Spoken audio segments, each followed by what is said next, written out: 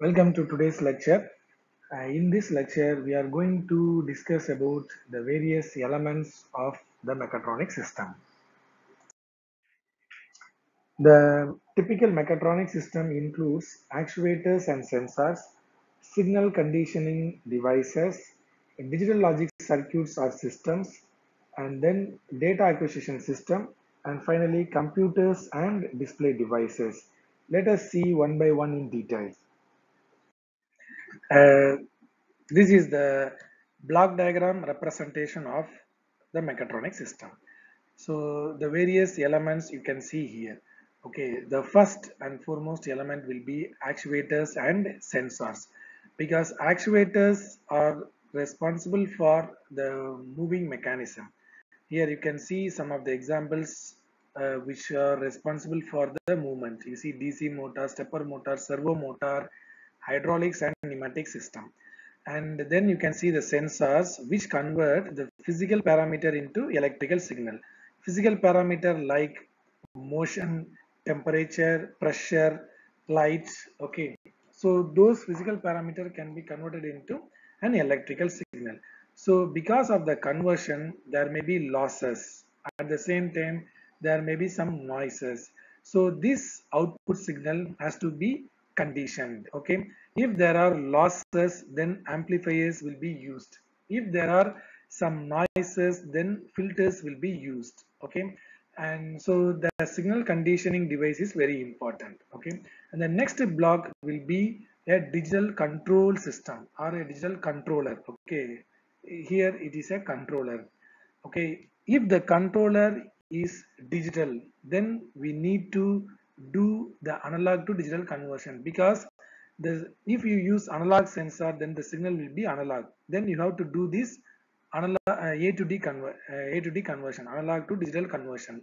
If you use digital sensors, then you can use digital to digital converters. Okay, that may amplify the signal so that you can do the logic, the control logic in a nice way.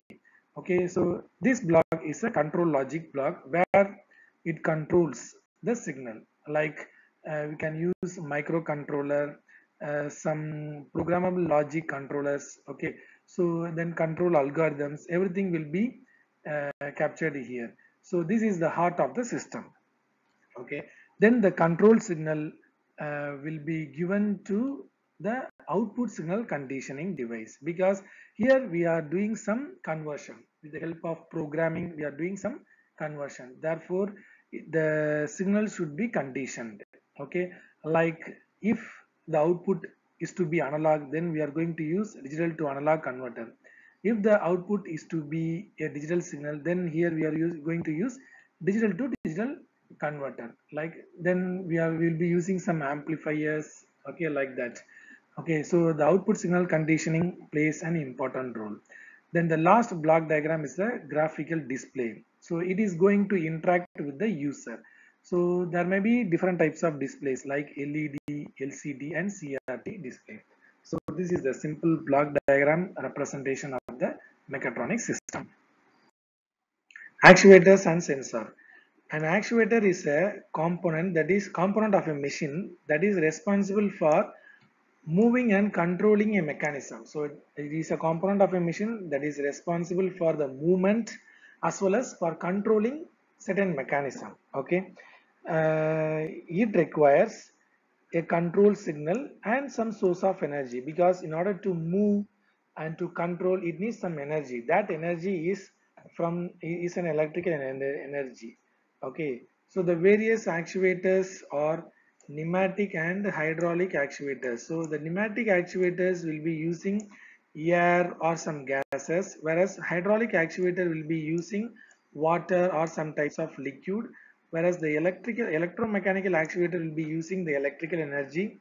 Then piezoelectric actuators and electrical motor. So these are some types of actuators.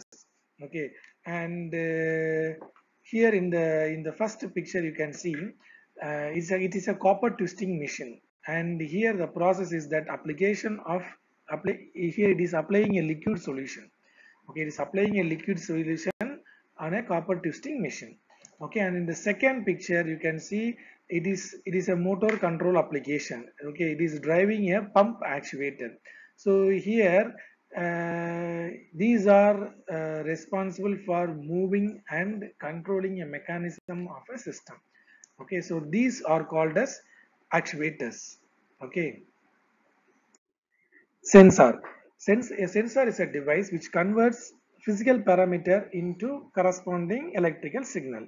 Okay, the physical parameter may be light, heat, temperature, moisture, motion, acceleration, pressure, and so on. Okay, so in simple, we can say that a sensor is a device which is going to convert the physical parameter into corresponding or into electrical parameter. Okay, the various sensors are linear and rotational sensor, acceleration sensor. Okay, the acceleration sensor, it is going to measure the speed. Okay, then force, torque, and pressure sensor. These sensors are used to measure the force of certain machine, then torque, then pressure. Okay, then flow sensors, it is going to measure the flow of liquid or some kinds of gases. It can measure. Then temperature sensor is going to measure the temperature of the environment or some human body. Okay, then proximity sensor, it may be used to find the presence of some object. Then light sensor may be used to find the availability of light. Okay, so these are some of the sensors. There are many sensors. Okay, so the figure shows that the first one is the um, piezoelectric sensor. Okay, you can see this, the animation is a piezoelectric sensor. This sensor will function based on the piezoelectric effect.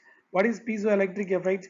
It is the ability of certain materials to generate an electric charge. So this material is able to generate electric charge in response to the applied stress. Okay, so when you give some stress, you see the electric charge is generated and you can get the electrical signal as output.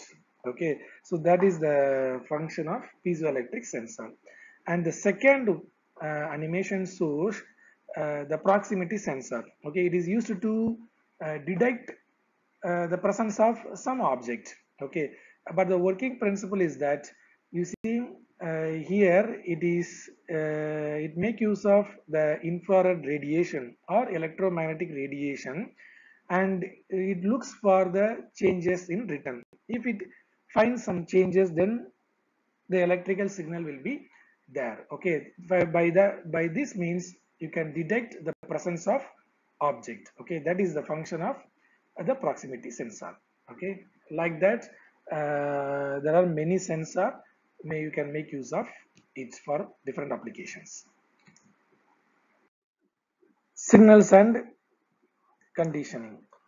The output of the sensor is an electrical signal.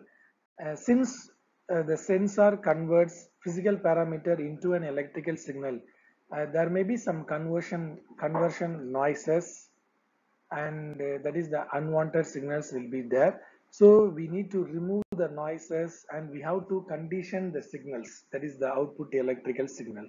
Okay, so for that the signal conditioning devices are used. Okay, and there are two types of signals. One is the input signal and another one is the output signal. So we have to condition both the input signal and the output signal. Okay, so the input signal are received from the input devices. Input devices means that is actuators and the sensors. Okay, and then these input signals are then sent to the control circuits. Okay, but before it reaches the control circuit, we need to do some conditioning or processing. Okay, so the output of the sensor is an analog electrical signal. So we need to do some analog amplification with the help of amplifiers, and then analog to digital converter will convert analog signal into digital signal. Okay, and then we can also use some digital amplifiers to amplify the converted digital signal. Okay, and then we can send this signal to the where the what is a controller. Okay, you see the control circuits, we can send it to the control circuits. And in the control circuit we will be doing some processing, okay, some control logics to perform some controlling action, and then we have to send those signals to the outputs. Okay, so before sending it to the output it should be conditioned. Okay, so the output signal should be conditioned before sending it to the output or display devices. Okay, and for that we will be using digital to analog converter, some digital amplifiers, and display decoders. Okay, so this is the function of signal conditioning unit. So these are some of the examples for signal conditioning devices. You see, the liquid is heated and the temperature increases. Then we are using thermocouple, which is an analog sensor, which converts heat energy into electrical energy. Here, the electrical energy is a voltage.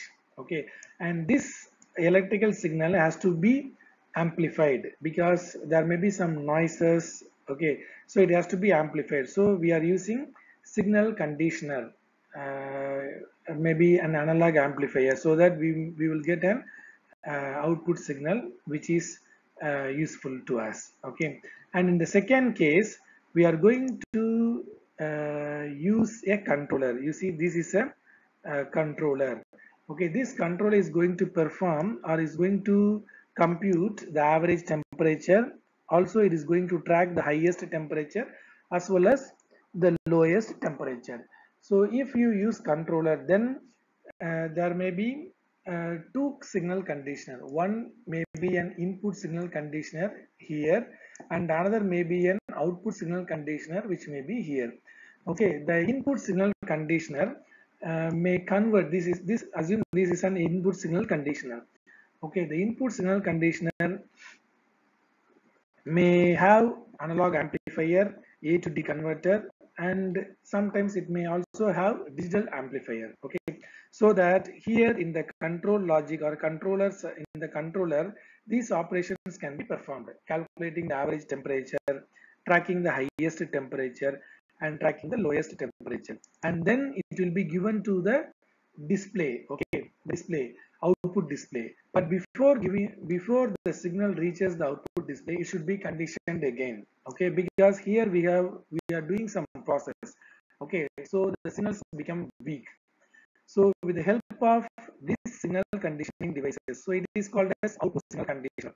Okay, with the help of output signal conditioner, we can have digital to analog converter, digital amplifier, filters, so that it may reach the display devices and it can be useful. Okay, so like this, the signal conditioner may be placed in both input side as well as the output side. The digital logic system. The digital logic system may have some logic circuits, microcontrollers, programmable logic controllers, some timing controllers, and some control algorithms. So here you can see this portion. Okay, so this may be the control logic system. Okay, or digital logic system, and in this system you can have the programming logic controllers, because we are going to calculate the average temperature.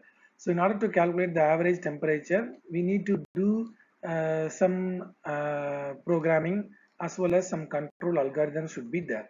Okay, and for measuring the highest and the lowest temperature, we need to have the continuous recording system. Okay, so this controls the overall operation of the system. Okay, software and data acquisition system. So in the previous slide we have seen that um, if there is a need for programming techniques, then some softwares may be used. Okay, and similarly the data acquisition system, we have to store the data. Okay, so the output from the sensors has to be stored in the system, so that has been done by the data acquisition system.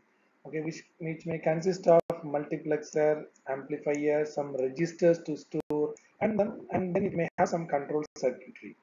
Okay, the various data acquisition system used in mechatronic system are data loggers. Okay, so all the data will be stored in the data logger.